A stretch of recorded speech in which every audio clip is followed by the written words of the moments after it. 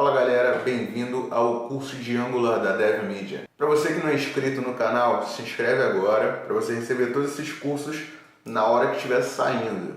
E não esquece de curtir, deixar aquele teu comentário e compartilhar. Valeu?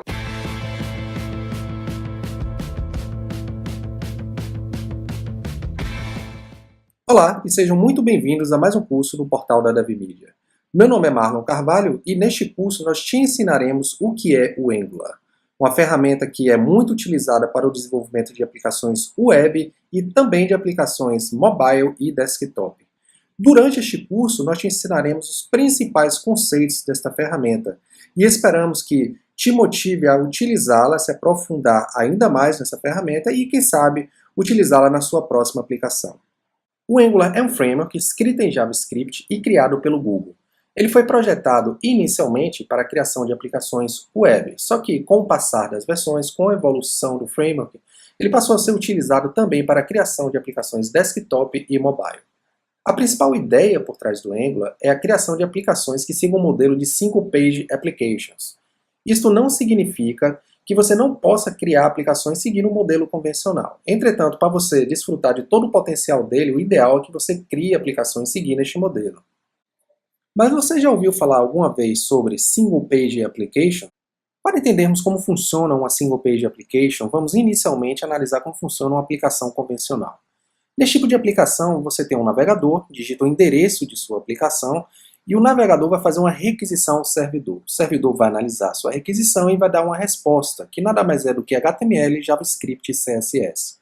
Esta resposta pode estar dividida em vários arquivos ou em um único arquivo. Normalmente, é uma resposta com mais de um arquivo, contendo HTML, um arquivo para HTML, outros arquivos para JavaScript e outros arquivos para CSS. Toda vez que você navega por esta aplicação, seja clicando em um link ou clicando em algum botão, ocorrerá uma nova requisição para o servidor, que novamente vai analisar esta requisição e vai dar outra resposta, que também é HTML, JavaScript e CSS, ou seja, todo o conteúdo daquela página que você requisitou. Dessa forma, toda vez que você navega pela aplicação, você estará recarregando todo o conteúdo da página. Se você, por exemplo, tem uma aplicação que é composta de um menu, de um cabeçalho, de um conteúdo, de uma parte central de conteúdo, todas essas partes de sua aplicação serão enviadas para o seu navegador para que ele apresente para você. O maior problema com essa abordagem de desenvolvimento é que toda vez que você precisar navegar por sua aplicação, será necessário recarregar todo o conteúdo da página. Até mesmo aquelas partes que não necessitariam ser recarregadas, ou partes que são estáticas, como por exemplo uma área de menu, que você não precisa recarregar ela toda vez. Este problema se torna ainda pior quando sua aplicação deve ser acessada através de dispositivos móveis, porque eles têm conexão 4G, às vezes 3G. São conexões lentas e muitas vezes pagas, então este problema fica ainda pior nestes casos. As Single Page Applications vieram como resposta para esse problema. Nessa abordagem de desenvolvimento, toda vez que nós precisamos exibir uma nova informação da tela, nós não recarregamos todo o conteúdo da página. Ao contrário disto, nós apenas atualizamos a parte, uma porção da tela onde essa informação será exibida. Por exemplo, caso o usuário clique no menu, em uma opção do menu para exibir um formulário na tela, nós não precisamos recarregar o menu e nem recarregar o cabeçalho. Nós precisamos apenas atualizar a porção da tela, a parte da tela onde este formulário será exibido. Essa mesma ideia é seguida para qualquer informação nova que será exibida na tela. Então, ao invés de recarregar toda a página, nós recarregamos, na verdade, nós atualizamos uma porção da tela, uma pequena parte da tela onde essa informação será exibida. A principal vantagem dessa abordagem é bem clara. Nós não precisamos recarregar todo o conteúdo da página, ou seja, não vamos sobrecarregar a internet do usuário, ou fazer o usuário aguardar mais tempo apenas para ver a nova informação que será exibida, já que não precisa recarregar tudo, e só mais apenas um trecho da tela. Um bom exemplo de aplicação que usa o conceito de Single Page Application é o Gmail, do próprio Google. Note que ao acessar o Gmail, a página é carregada apenas uma vez. O acesso às demais funcionalidades dele não se dá carregando todo o conteúdo, mas apenas uma área específica. Por exemplo, se você quer acessar um e-mail, você clica no e-mail e apenas a área necessária para mostrar o e-mail é carregada. Você lembra quando logo no início do curso eu falei que o Angular também rodava nas plataformas mobile e desktop? Isso significa que eu posso também aplicar esse conceito de Single Page Applications nessas duas plataformas? Pode sim, só que o Angular por si só, como ele vem por padrão, não dá para rodar ele em plataformas mobile e desktop. Você vai precisar da ajuda de outros dois frameworks. Com a combinação do Electron mais o Angular, você consegue criar aplicações para desktop. O Electron foi um framework criado pelo pessoal do GitHub que permite que você utilize tecnologias para o web para desenvolver aplicações desktop. Com a combinação Ionic mais Angular, você consegue criar aplicações para dispositivos móveis. Inclusive, o Ionic já vem com o Angular 2 embutido nele. Em suas pesquisas pela internet, você provavelmente se deparará com o AngularJS. E o que é isso? Trata-se apenas da primeira versão do Angular. A partir da segunda, eles removeram o JS e o framework é chamado agora apenas de Angular. Outra dúvida que você pode ter é se você precisa aprender primeiro o AngularJS para partir para as demais versões. Na verdade, não é necessário, pois o Angular, a partir da segunda versão, traz novos conceitos e ideias. Trata-se de praticamente um novo framework. Outra novidade trazida pela segunda versão do Angular é que a partir de agora você pode escolher entre 3 linguagens para desenvolver com ele. A primeira linguagem é TypeScript, que foi criada pela Microsoft e é a linguagem padrão para desenvolvimento no Angular 2. A segunda linguagem é a Dart, que foi criada pelo Google e que tem muitas similaridades com a TypeScript. Por último, você também pode desenvolver em JavaScript, caso você não goste ou não tenha se adaptado a nenhuma das outras duas linguagens.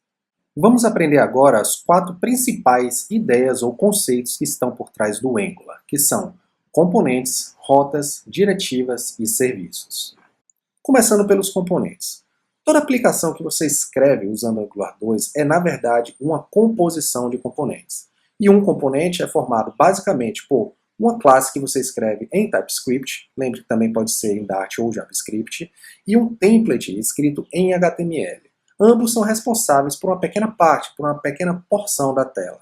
Para fixar melhor a ideia de componentes, imagine que você está criando uma aplicação de lista de tarefas. Nesta aplicação, você pode começar criando 3 componentes. Seria um componente de menu, outro de barra de navegação e outro que mostra uma lista de tarefas. Evoluindo nossa aplicação, nós podemos criar mais um componente, que representa uma tarefa específica dentro da lista de tarefas. Então agora nós já temos uma composição de componentes, uma lista de tarefas que tem um outro componente dentro dela, que é a tarefa. Observe que o que nós estamos fazendo é uma composição de componentes. Nós temos primeiro um componente raiz, toda aplicação feita em Angular precisa primeiro um componente pai, um componente raiz, e dentro deste componente nós temos outros componentes. Um outro conceito do Angular é a diretiva. Uma diretiva é muito parecida com um componente, tanto que na própria documentação do Angular, eles dizem que um componente é uma diretiva que contém um template HTML. Mas uma diretiva é usada toda vez que você precisa alterar o DOM, quando você precisa estender as funcionalidades de um determinado elemento. Para deixar esse conceito mais claro, vamos imaginar um exemplo. Imagine que você queira que, ao usuário clicar em um determinado campo de busca no seu site, na sua aplicação, este campo se expanda e mostre também um ícone ao lado dele indicando que este é um campo de busca.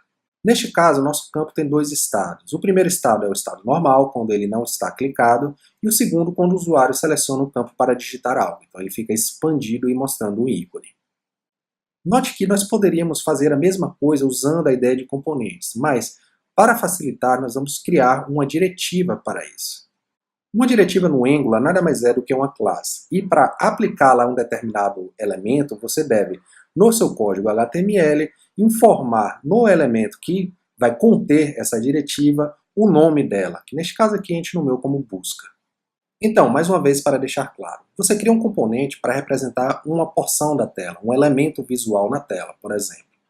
Enquanto uma diretiva, você usa ela em um elemento que já existe, porque você quer alterar o comportamento deste elemento. As diretivas no Angular 2 podem ser de 2 tipos. O primeiro tipo são as diretivas estruturais. Este tipo de diretiva altera o layout da sua aplicação, através da adição, remoção ou substituição de elementos na tela. Um exemplo de diretiva estrutural é o ngIf e o ngFor, que são nativas do Angular 2. A outra diretiva é a de atributo. Ela altera o comportamento ou aparência apenas de um elemento, que é aquele elemento no qual ela foi declarada.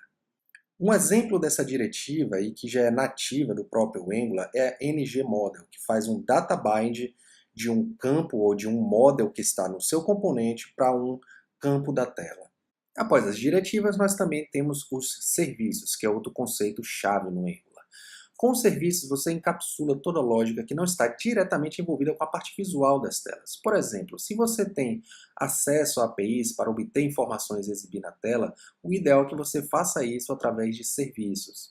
Se você tem algum serviço de login que você faz o armazenamento de informações da navegação, por exemplo, do usuário na tela, o ideal é que você faça isso dentro de um serviço e não diretamente num componente ou numa diretiva, por exemplo. Por último, nós temos as rotas. As rotas são responsáveis pela navegação entre as views de sua aplicação. Então, se o usuário digita o endereço de sua aplicação no navegador, são as rotas que vão definir qual view da sua aplicação será exibida. Chegamos ao final de nossa primeira aula, onde nós vimos os principais conceitos do Angular, e na próxima aula nós vamos ver um exemplo prático, onde nós vamos nos aprofundar um pouquinho mais nesses conceitos.